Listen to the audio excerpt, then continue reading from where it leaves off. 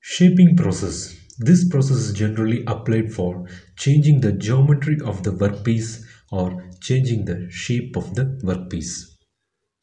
The geometry or shape of the workpiece can be changed either by completely applying heat or by completely applying mechanical force or by completely applying heat and mechanical force. The geometry or shape of the work material can be changed by four different processes, and these four different processes are the four categories of shaping process, in which the first one is solidification process. In this process, the material will be heated sufficiently to transform it into a liquid or semi-fluid state. The material used in this process are metals, ceramic glasses, and plastics. So, these materials will be heated to sufficiently high temperatures to convert them into liquids. This liquid or semi-fluid can be poured or forced to flow into a mold cavity and allow them to solidify.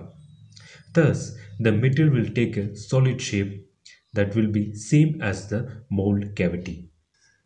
The second category of shaping process is particulate processing, in which the work materials are powders of metals, powders of ceramics. The technique used in particulate processing is pressing and sintering. In pressing, the powders will be squeezed into a die cavity under high pressure. In sintering, the squeezed powder will be heated. Therefore, the individual particles in the powder will stick together. Therefore, it forms a shape. The third category of shaping process is deformation process.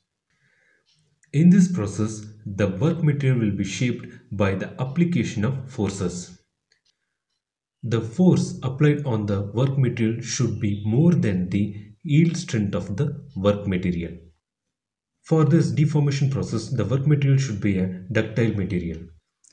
Examples of deformation process are forging and extrusion. The fourth category of shaping process is material removal process, in which the excess material present in the work material will be removed so that the work material will obtain a desired geometry. The best examples for material removal process are turning, drilling, milling, and grinding. So friends, this brings an end to the explanation part of this video. I hope you all would have understood. If any doubts are there, please do comment in the comment box. And remember to like, share and comment on our videos. Thank you friends.